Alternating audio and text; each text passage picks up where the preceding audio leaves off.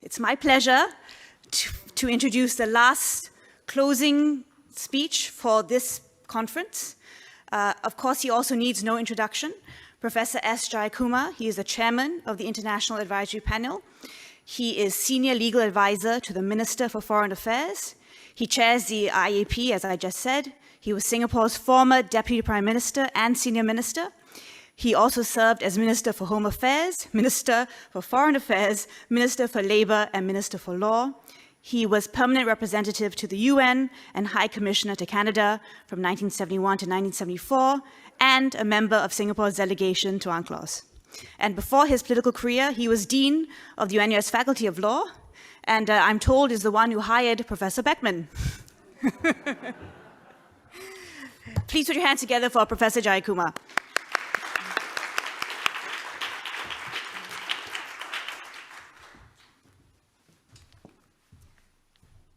Thank you, Tara. Dear friends, on behalf of Prof. Tommy Koh, Chairman of the Board of Governors, CIL, Director Nilufer and her wonderful team, and on behalf of myself, I want to thank all those who have participated, both in person as well as online. Special thanks, of course, to the speakers from abroad who have traveled all the way here with the uncertainties and the risks that the pandemic posed. I also want to thank those online participants. Some, I'm told that right now, over 100 have actually tuned in at the moment to this closing session. And we have had participants from over 80 countries for this first ever hybrid session that we have had for some time. I'm very glad to see also that the participants from various countries have stayed awake at ungodly hours from different corners of the world because of the time differences. Particularly satisfying for me is to see the good mix of speakers who are from the younger generation, younger scholars, as well as the more senior practitioners and scholars. And of course, I must say that we have also included some of the more senior participants like Judge Koroma, Judge Treves, Prof. Tommy Koh, and myself, who can be described as the last of the Mohicans from the third UNCLOS. For me personally, this conference brings back much nostalgia because, as I think Tommy has alluded yesterday, both he and I were involved with the Singapore delegation from the start of the conference. In fact, even before that, from way back in the days of the CBET committee. UNCLOS was, for us, quite an extraordinary achievement. There were so many unique and novel aspects about the negotiating process. In fact, at Myron Northquist's University of Virginia's request, Tommy and I actually wrote up a chapter on the negotiating process, which is in volume 1 of the Virginia commentaries. Now, why do I say that the negotiating process was unique and unusual? To some extent, Tommy has alluded to this in his personal stories just now. Well, first of all, the agenda of the conference was so diverse and wide-ranging, from jurisdictional issues, navigational issues, issues of limits, both for sovereignty and jurisdiction, as well as resource allocation and enjoyment. And a wide scope of these issues, which included environmental issues, meant that the negotiations proved intractable. Linkages were formed, and when linkages were formed, these sometimes impeded or delayed the reaching of agreements and compromises. So you can see that the issues were not purely legal. For many countries, they're highly political and much at stake in terms of security, resources, as well as strategic matters. The second reason why I say it was unique was there was no preparatory document before the conference. To some extent, it's unbelievable that you convene a conference without a basic prior prepared document. Unlike the previous conference on the law of the sea, which had ILC's preparatory documents, and there was also a group of judicial experts or juridical experts. So there was no single basis or a draft to start with. And that led to a third unique feature, which has been touched upon by Tommy, and that is the conference saw an unprecedented amount of authority and discretion given to individuals. I do not know about subsequent conferences, but at that point of time, this was quite unique. The absence of a preparatory document and the impetus to reach agreement meant that individuals, particularly chairmen of the committees and chairmen of special ad hoc committees like Satya, were entrusted with the task of coming out with what they considered represented an emerging consensus or a workable text or basis of discussion. So the chairman of the individual committees were given that mandate, and they produced a document which later went through different revisions and iterations and morphed into a single negotiating text, and the single negotiating text of the different chairmen later evolved into what was known as the informal composite negotiation text, and that later evolved through many subsequent sessions into the draft convention, which was eventually adopted. And you heard just now the role of other individuals like the Evanson Group and Satyanandan's role in hammering out texts which later formed the basis of discussions and compromises. The fourth unique factor was that emerged numerous interest groups and caucuses. The group of landlocked and geographically disadvantaged states, the Straits groups, the archipelagic state groups, the what you call the margineers or the broad shelf states, the territorialist group, and so on. Now, these caucuses were actually lobbying groups or caucuses, but they were so useful in crystallizing the bottom lines of various countries that the conference secretariat actually gave them facilities, and rooms were allocated. Landlocked and geographically disadvantaged groups going to meet at such and such a time. Schedules were posted, and this was yet another unusual feature. These groups, as I said, formed a useful purpose, But at the same time, where the positions were inflexible and rigid, it led to impasse and deadlocks on many issues.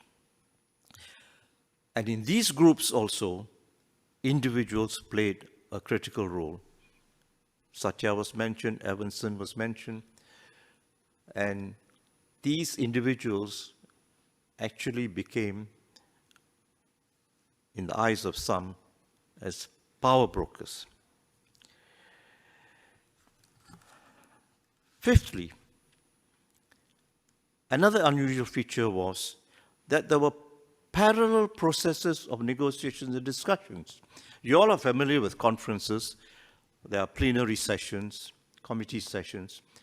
So too in UNCLOS, they had plenary sessions open to all delegations, committees of the whole, and so on. And these sessions merrily went on, but with very little fruitful outcomes. Everybody stating and restating their maximum positions.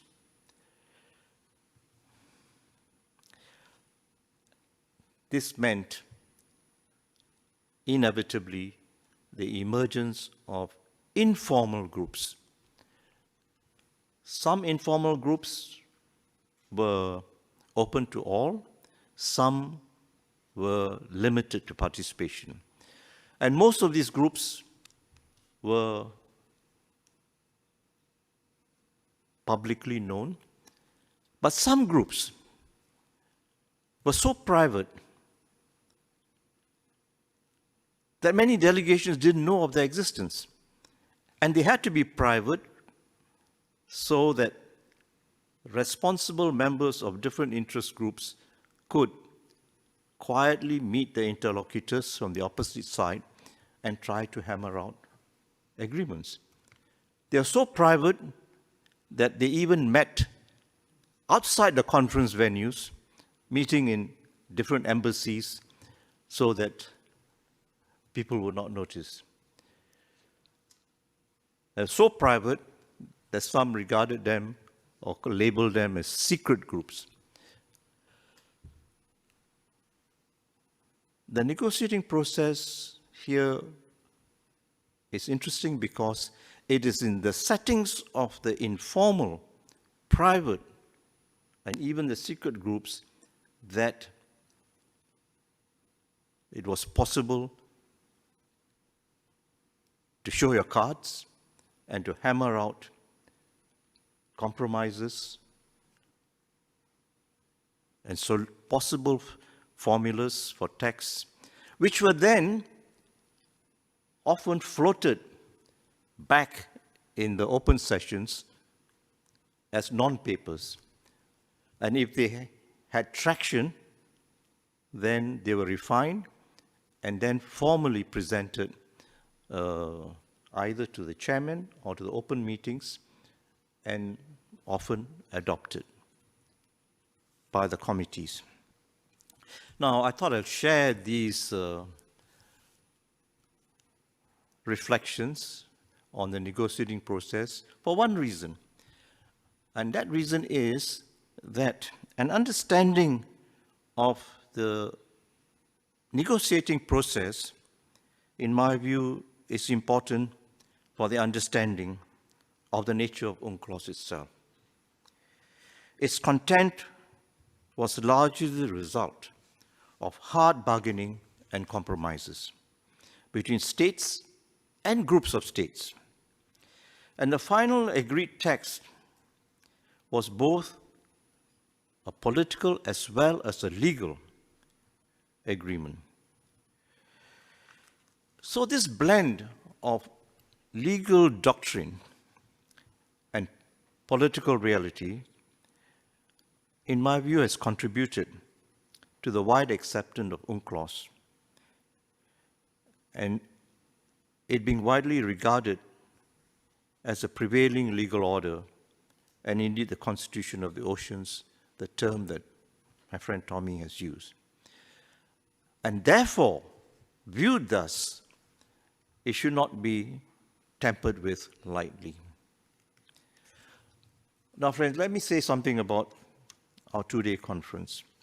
A recurring question has been whether UNCLOS is capable of withstanding the test of time, given the many challenges that have emerged from the new uses of the oceans,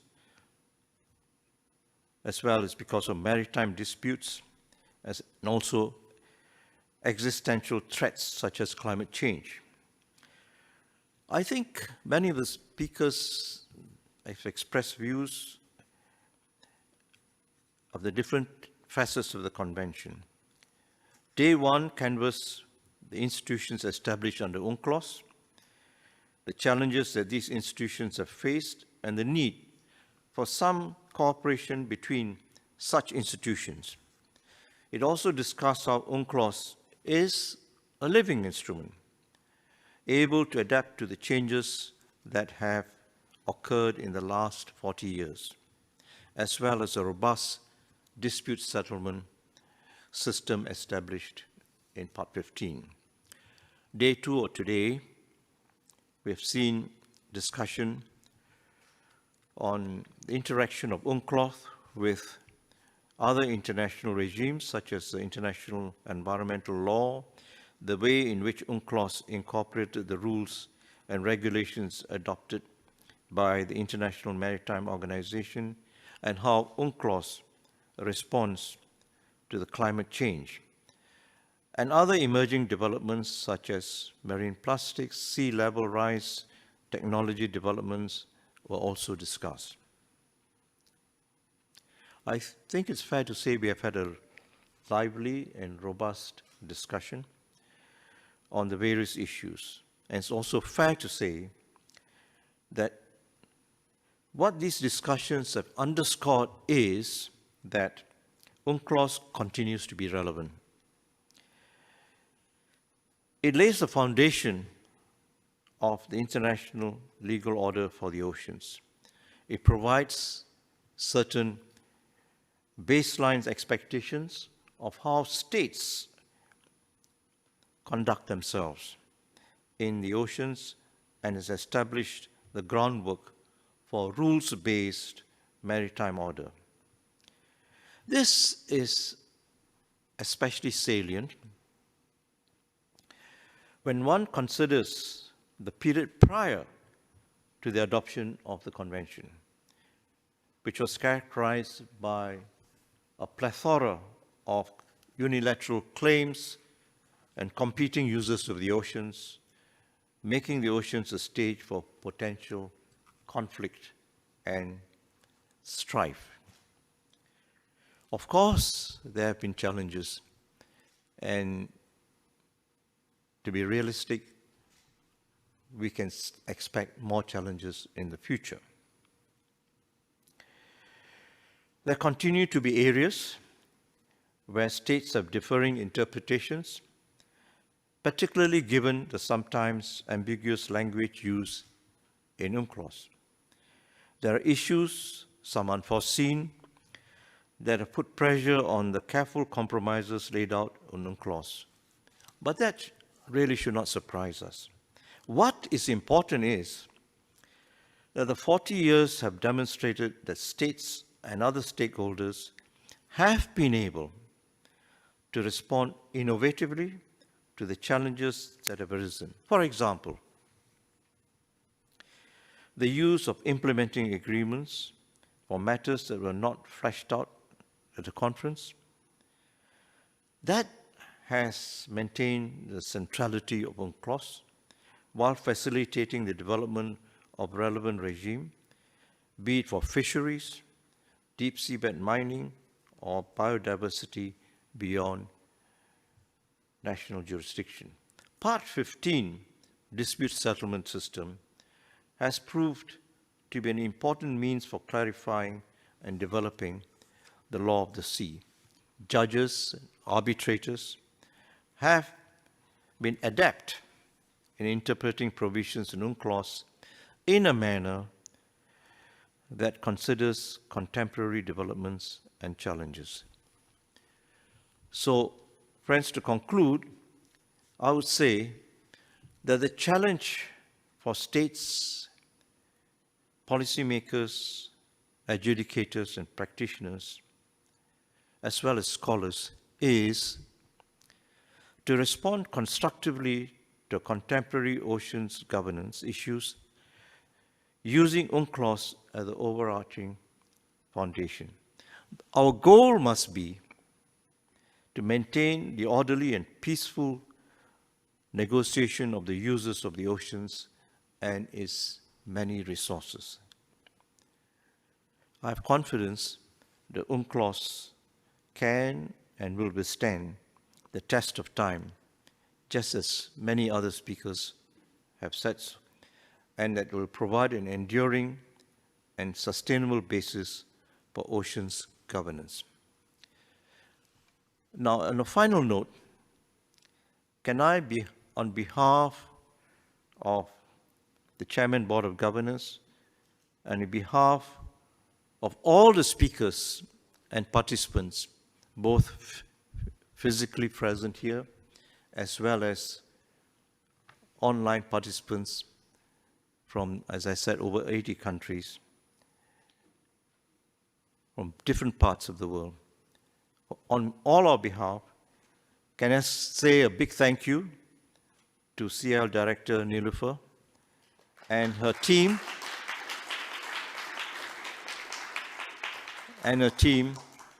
many of whom are unseen and behind the doors, for a truly splendid organization of this hybrid conference.